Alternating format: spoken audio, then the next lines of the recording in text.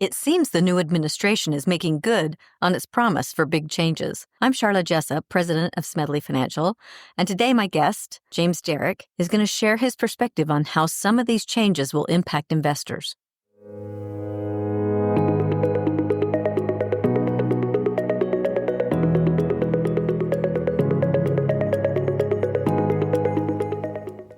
Welcome to the SFS Power Up Wealth podcast, where we provide impactful insight and expert opinions on timeless financial principles and timely investment topics, preparing you to make smarter decisions with your money.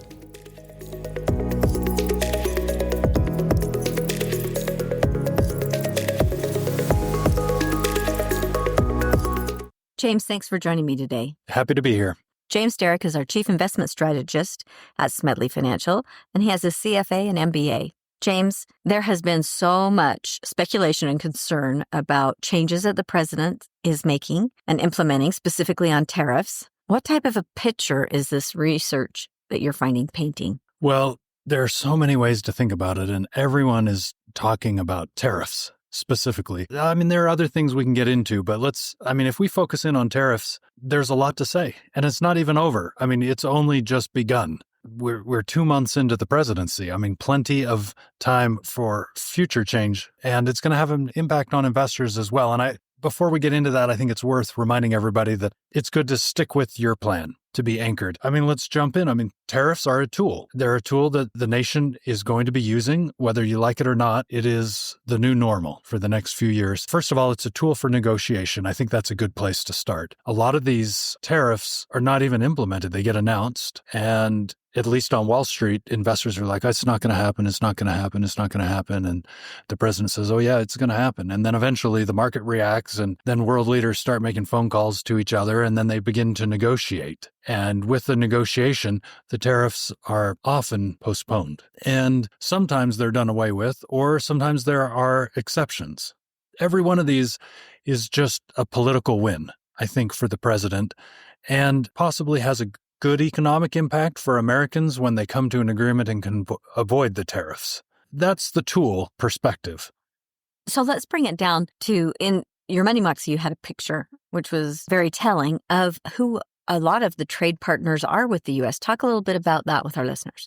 When I first started hearing the news about tariffs with foreign countries, I was a little surprised that we went after Canada and Mexico first. I thought it would be China or some other country. But our biggest trade partners are Canada and Mexico. It makes sense, our neighbors. And they are the first where tariffs were threatened. In Utah, our main trading partner is Mexico. And that's typical for also Arizona, New Mexico, Texas, Louisiana, Mississippi, and Alabama. And so what's coming over the borders? Well, a lot of vehicle parts, vehicles themselves, cars, trucks, buses. The top 3 types of imports all deal with vehicles. And it's interesting because there are special exceptions being made on the tariffs for vehicles. So the U.S. auto manufacturers are getting these exceptions. And so it could be that most of these headlines just aren't that big of a deal.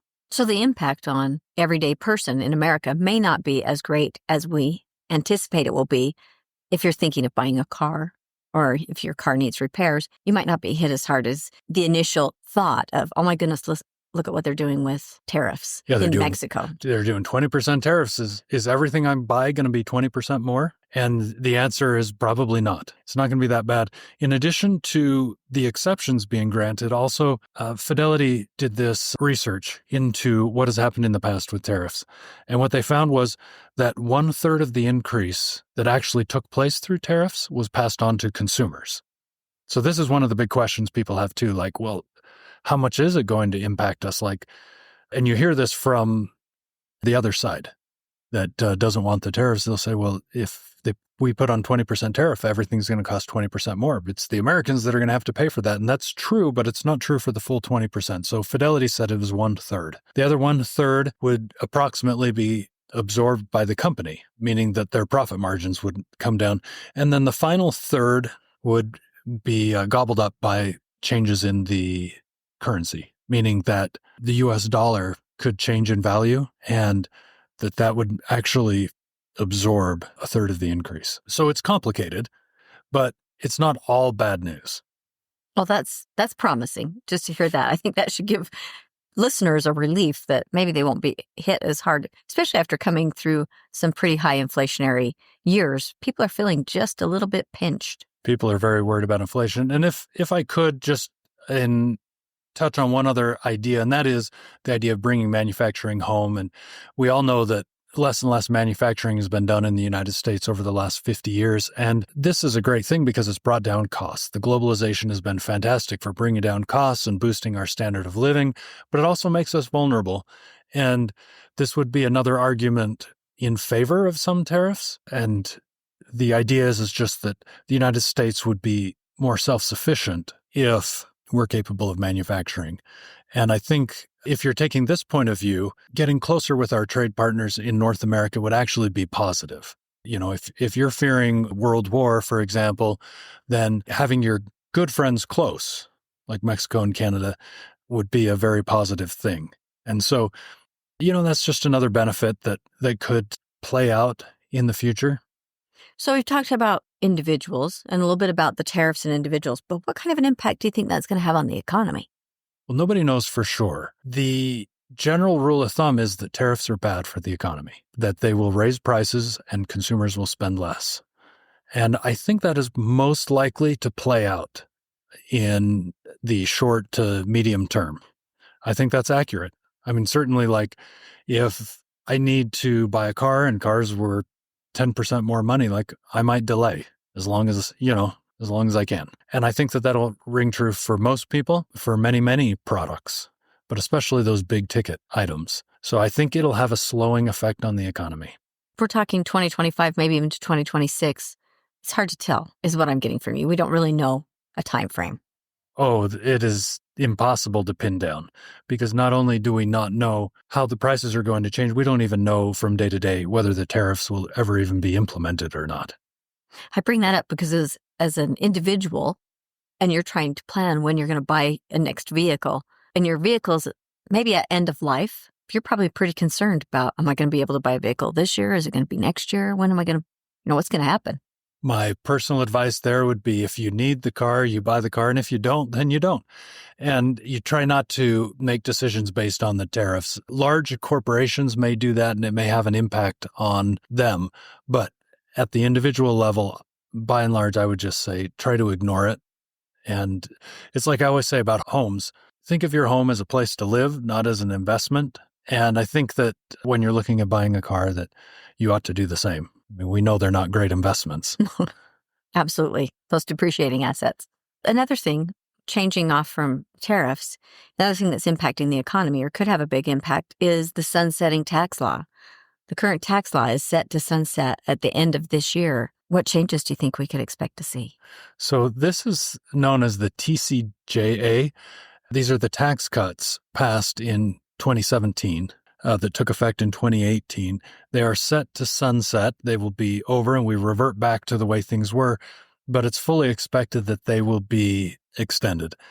The impact as an investor would be nil. If we take the status quo and we keep the status quo. And so that should not have an impact on people's money or their portfolios. More so on their particular discretionary income. Sure. Now, if it didn't get extended, that has a huge impact. But the way investors look at it in the stock market and the bond market is that it would just be a continuation of the status quo.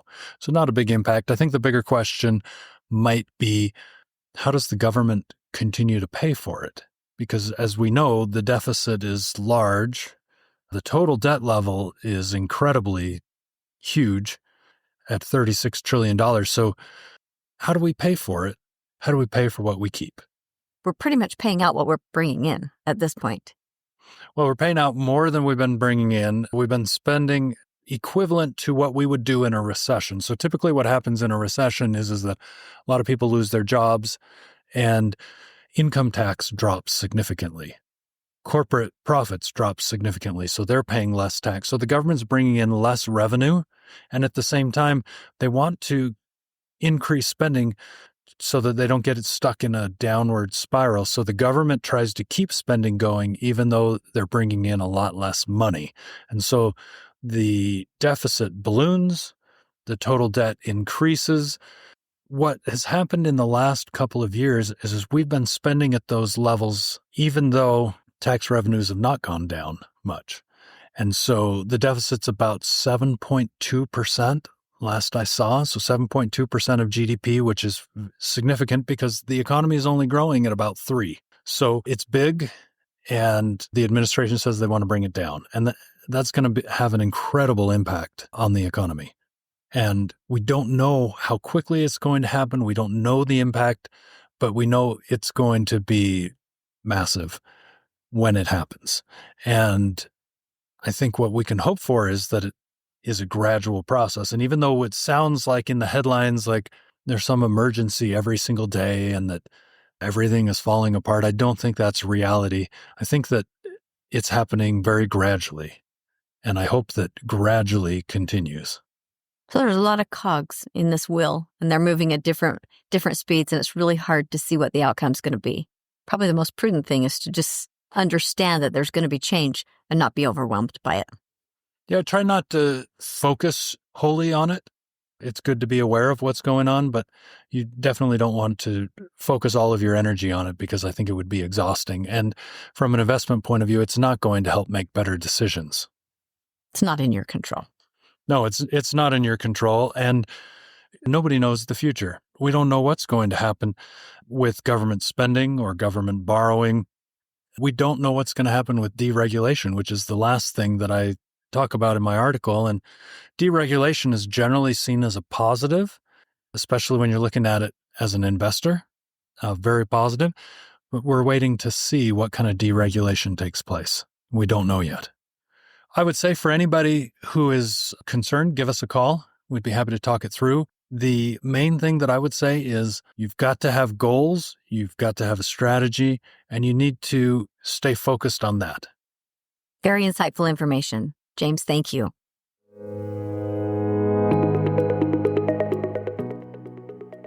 Thank you for joining the Power Up Wealth podcast. Smedley Financial is located at 102 South, 200 East, Suite 100 in Salt Lake City, Utah, 84111. Call us today at 800-748-4788. You can also find us on the web at smedleyfinancial.com, Facebook, Instagram, Twitter, and LinkedIn.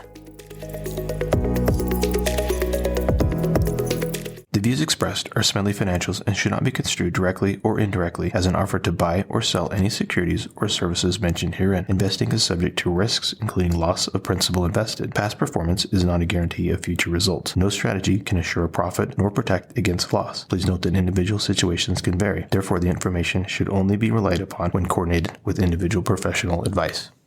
Securities offered through Osaic Wealth, Inc., member FINRA SIPC. Investment advisory services offered through Smedley Financial Services, Inc. Osaic Wealth is separately owned, and other entities and or marketing names, products, or services referenced here are independent of Osaic Wealth.